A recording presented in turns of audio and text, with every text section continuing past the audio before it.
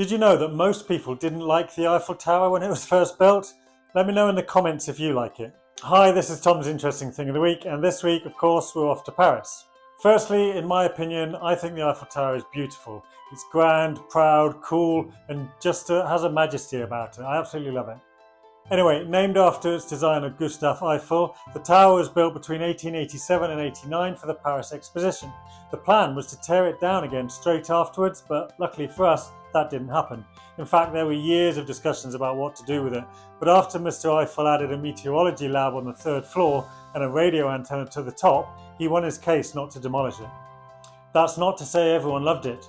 During the construction, the majority of Parisians, including Alexandre Dumas, signed a letter opposing the tower, calling it a gigantic black factory chimney. Most people did a U-turn after they saw its beauty, but a playwright called Guy de Maupassant felt so strongly about it that he used to eat his lunch on the tower every day just so that he didn't have to look at it. When it was built, it was the tallest building in the world, and it held that record for 41 years until the Chrysler Building in New York, another one of my favourite buildings, took the lead.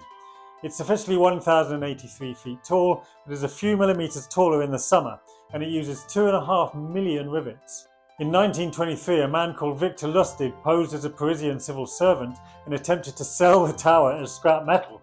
His excuse was that Mr. Eiffel had died earlier that year and Paris wanted to sell it.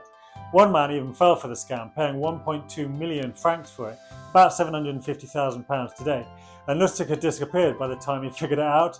Lustig would have got away with it as well if he hadn't returned a few years later to try exactly the same scam again when he got caught. So what's the lesson? Lustig's an idiot. No, I'm just kidding. That's not the lesson. The lesson is criticism means nothing. As I said, at first, the majority of Parisians hated the tower, but Eiffel stood by his vision and his belief, and now the tower is one of the most recognisable things in the world. People might not understand your vision at first, but stand tall, innovation comes from bold ideas. Anyway, extraordinary, enlightening, and hopefully educational, this is Tom's Interesting Thing of the Week. I think you owe me a sub and a like if you've made it to the end, and I'll see you next week.